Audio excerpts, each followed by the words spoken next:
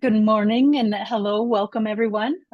This is the first webinar in a three-part series about personalized and proficiency-based learning. My name is Crystal Smith and I serve as the Education Innovation Manager at the Office of Public Instruction. And we have partnered with KnowlegeWorks to bring some of the knowledge from the field to Montana about personalized and proficiency-based models. I will now turn it over to Abby, who will be facilitating our webinar today.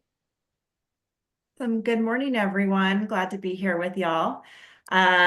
So just a few notes when we get started, as we're getting started. If you have comments, questions that are popping up, please throw them in the chat and I'll stop periodically and try to address those. And I'll be on toward the end of the webinar if anyone wants to stay on if we don't get to all of the parts and pieces of what's in chat. So glad to be here with you. Just a quick introduction of myself. I work for an organization called KnowlegeWorks, which is a nonprofit based in Cincinnati, Ohio. And we get to work with learning communities much like many in Montana who are doing the work of personalized and proficiency-based learning.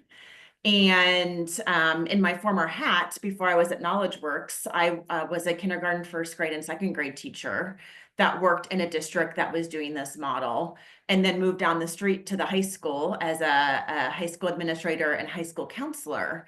So that K-12 experience, seeing my kindergartners come through the system, was very meaningful. And through my role now, I get to work with educators across the country who are doing this work and walk alongside and support as needed. So it's a pleasure to be here with you. All right, so today, what are we gonna do? It's gonna be real fast, 30 minutes, but our learning targets are to define personalized and proficiency-based learning. And then we're gonna get into a few examples and recognize the shifts that drive the work, that drive personalized and proficiency-based learning. On the right is our agenda. So we'll start with definition and language. Then we'll move into the why and some of the how, and there's some resources I'll share with you in chat. And then we'll talk about our upcoming webinar that's coming up next week. So a quick note about language. We know we love our terms in education, and in Montana, the term that we're using is personalized and proficiency-based learning. And Crystal's going to share a little bit about where that comes from in the state in a few minutes. But around the country, we see different terms for this work. And your district might have a different term, and that's okay. I just wanted to note that you might hear some different terms. KnowlegeWorks happens to use personalized competency-based learning. So if you see a resource of ours with that, know that we are in the same realm as personalized and proficiency-based learning. All right, so let's start with language. So what I'd like you to do is, if you could put an image of a child in your head, a child that you care deeply about. It could be one of your students or a former student. It could be one of your own children. It could honestly also be maybe yourself when you were a K-12 learner, and think about yourself and reflect back to how you were as a student. And keep that child in your head as I read the 7-part definition. This definition is from Aurora Institute. It was developed by educators in the field who are doing the work of personalized and proficiency-based learning. So I'm going to read through this real slowly, and then keep that image of that child in your head and notice what might be true for that child if these things came to fruition. So the first part is learner agency. Students are empowered daily to make important decisions about their learning experiences, how they will create and apply knowledge, and how they will demonstrate their learning. Second part. Assessment is a meaningful, positive, and empowering learning experience for students that yields timely, relevant, actionable evidence. What might be true if this came to fruition for the child you're thinking of? For supports, students receive timely, differentiated support based on individual learning needs. What might be true? For mastery, students progress based on evidence of mastery and not seat time. Flexible learning paths. Students learn actively using different pathways and varied pacing. Strategies to ensure equity for all students are embedded in the culture, structure, and pedagogy of schools and education systems. And finally, rigorous, common expectations for learning are explicit, transparent, measurable, and transferable.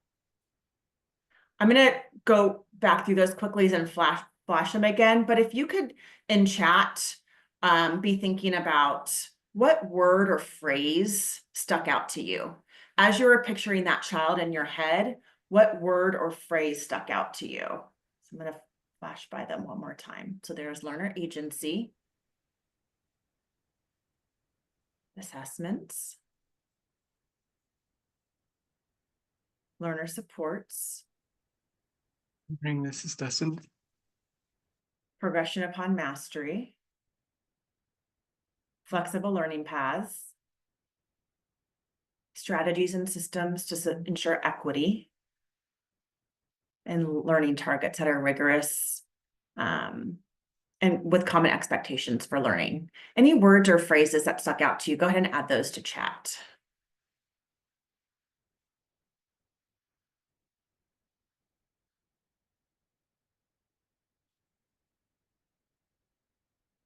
Thanks, Robin. Rigorous.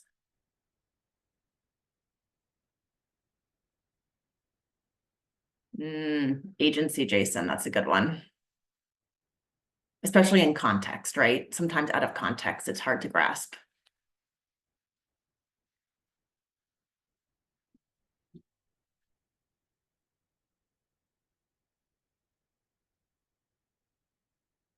All right, we're going to move forward. Thanks. And I think some of you are probably in the middle of things too, that you have it in your head. Thanks, Josh. Student-centered growth for each child. Yeah, each child. I love that. Thanks, Marcella. Actionable feedback.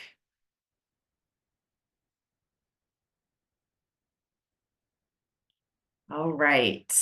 So keep thinking about that child, and Crystal is going to share with us some local context through Montana language. Thank you, Abby. So yeah, Abby did a fabulous job giving us a global perspective of what does this mean in education. We would like to look at it from the lens of what does it look like in the state of Montana and what work has already been done in the state of Montana to help strengthen and support this vision for education for all of our students. So as many of you probably know, in the Montana Constitution, it does state that it is a goal of the people to establish a system of education that will develop the full educational potential of each person. So when we look at that personalized opportunity to support the learning of each of our students and really maximize their opportunity in education, what does that look like for us? And so when we pull it apart for both personalized and proficiency-based learning, we provided some bullets here to help you better understand what does that mean in Montana.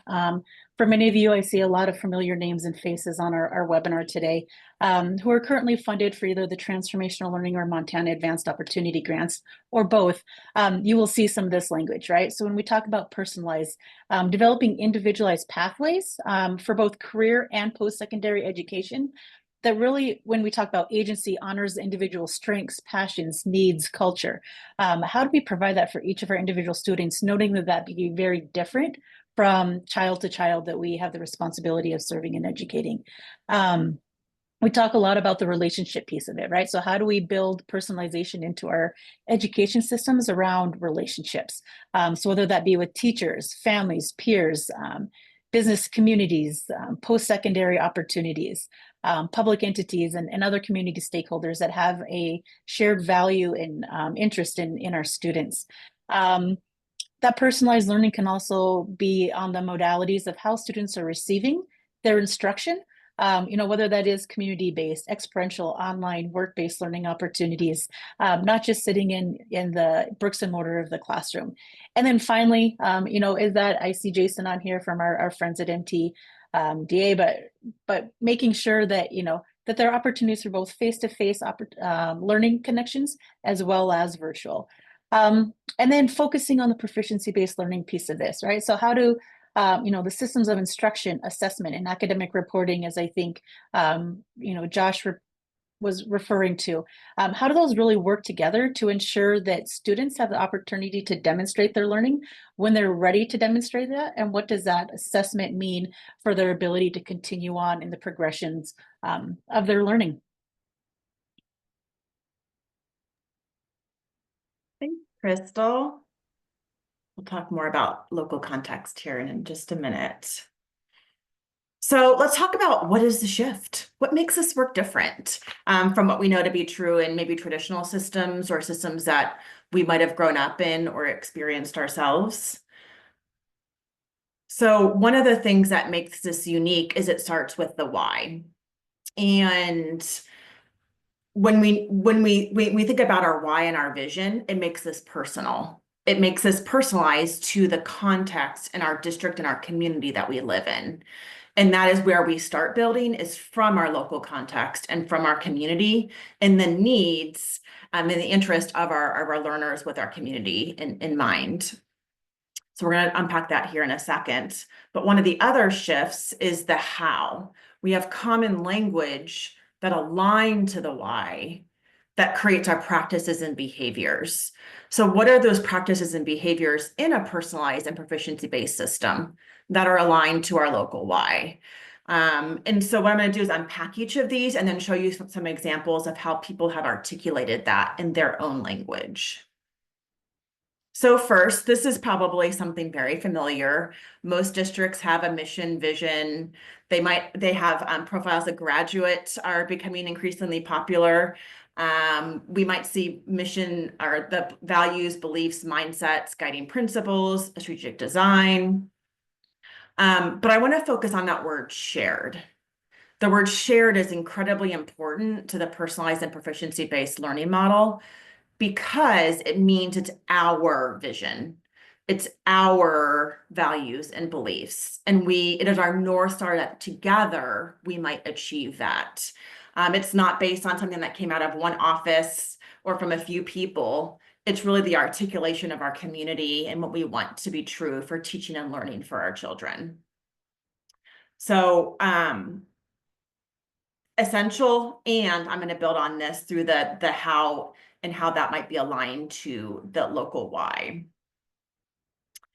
I'm going to share a few examples with you. I'm going to share an example of a state framework.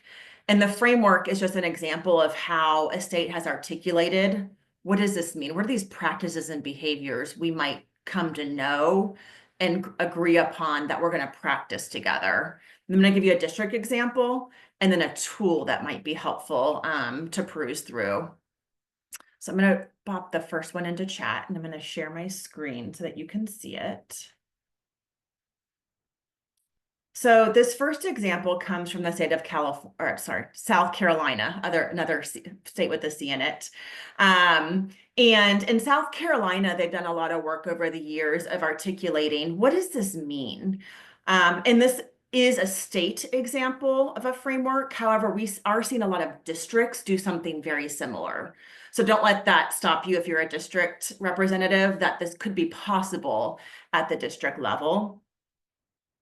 So what you see on here is they have 5 components, you might say, of personalized learning: student ownership, competency-based learning, learning pathways, learner profiles, and flexible learning environments that they've articulated.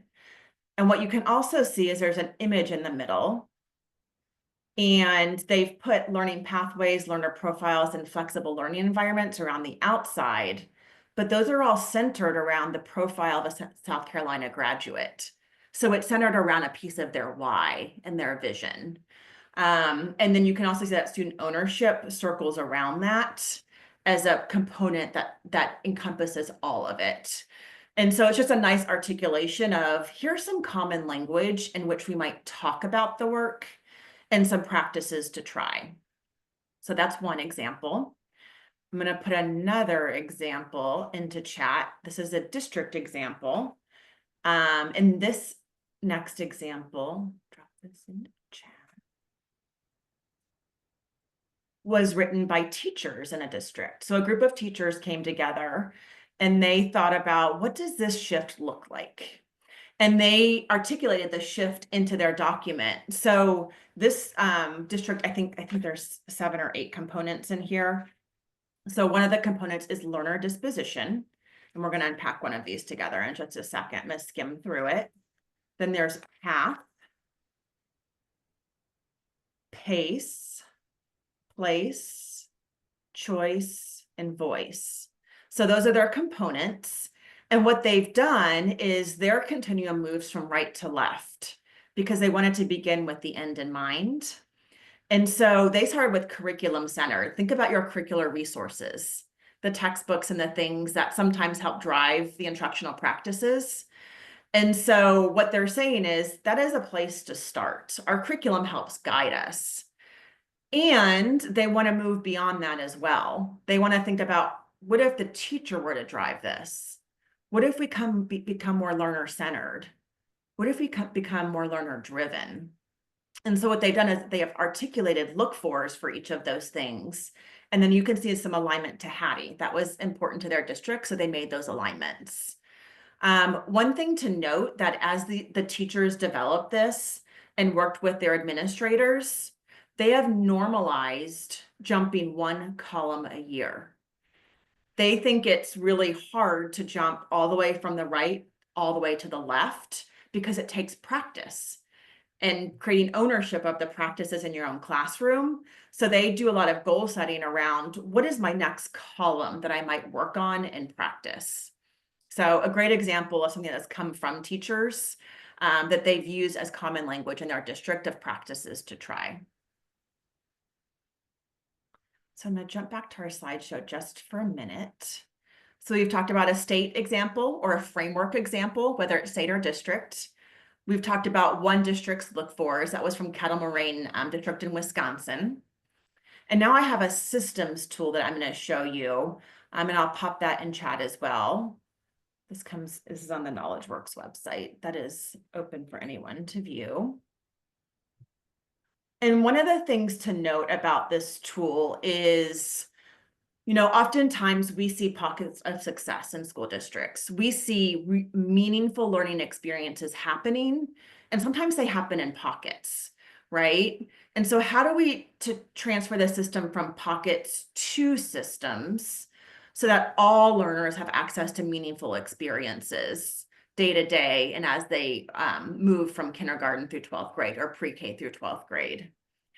So this tool might help you think about what are those systemic practices that we might work on in order to create a learning system.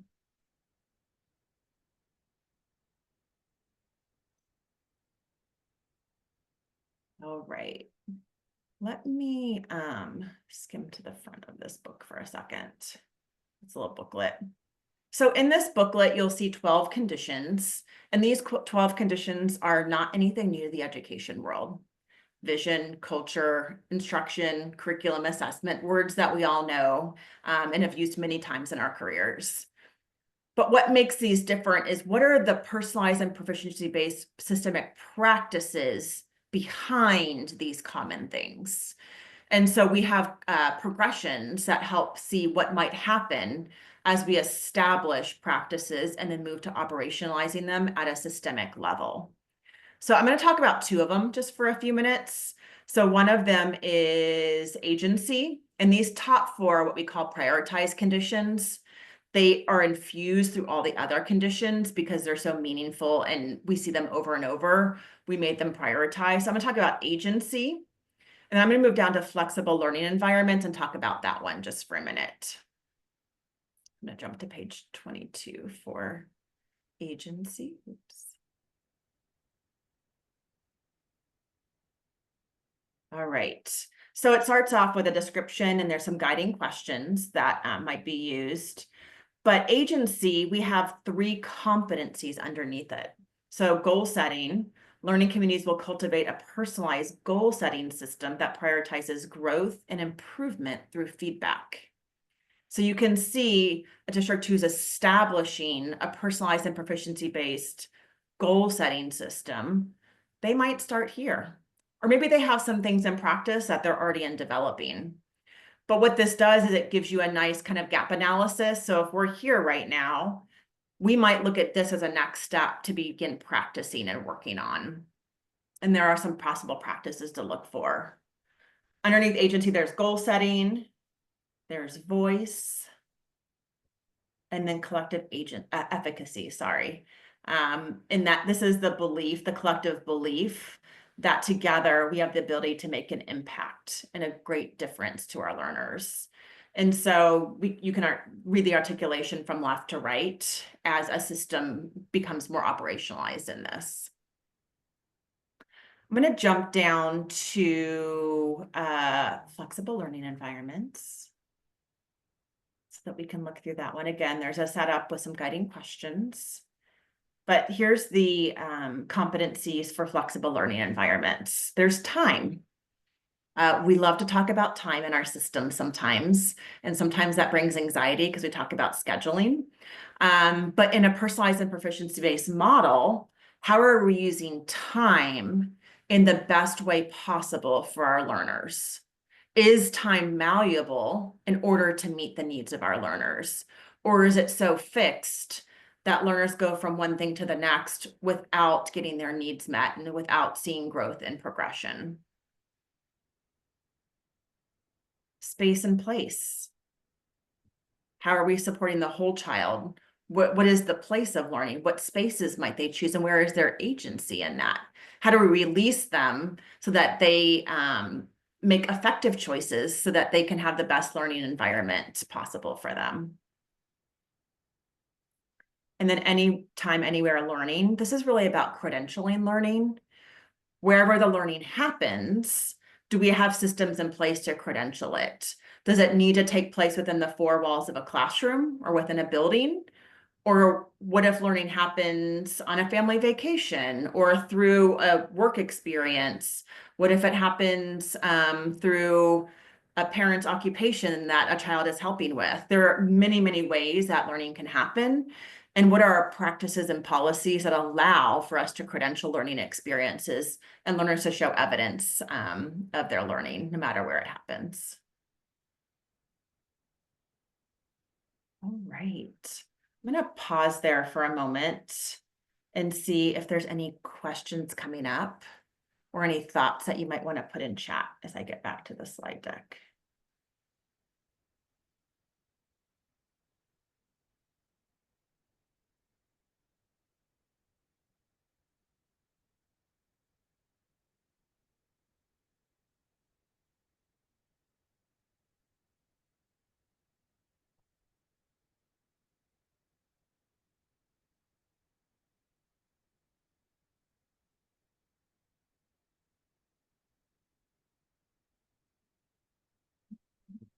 So we've talked about the why and the shared vision and how important that word shared is, that it comes from our community and the people that make learning happen. We've talked about the how, the practices and behaviors, and showed an example framework, some look-fors that some teachers made from a district, and then a systems tool that might help guide what maybe are our next practices and behaviors that we can work on as a system. We do have another webinar coming up next week on Tuesday at the same time. This is getting started with personalized and proficiency-based learning. And in that webinar, we're actually going to have a panel from the field. So you're going to hear from educators who have started their journey, and they're going to talk about what was their jumping off point and what are they currently working on toward the beginning of their journey. And then in 2 weeks, we'll have one about scaling and sustaining for districts who have been on the work a little bit longer. So with that, I'm going to stay on for a few minutes. Would love to stay on, and if anyone has questions or want to have a conversation. But Crystal, anything else that we can add? No, Abby, thank you for your time, and thank you for those of you who have joined us today. We will have this recorded along with the slide deck and posted to the OPI website, and I'll be sending out some further information. So a quick access point for you to have these documents and refer back to them as you continue this very important work in your classroom, district, or around the state. So thank you so much.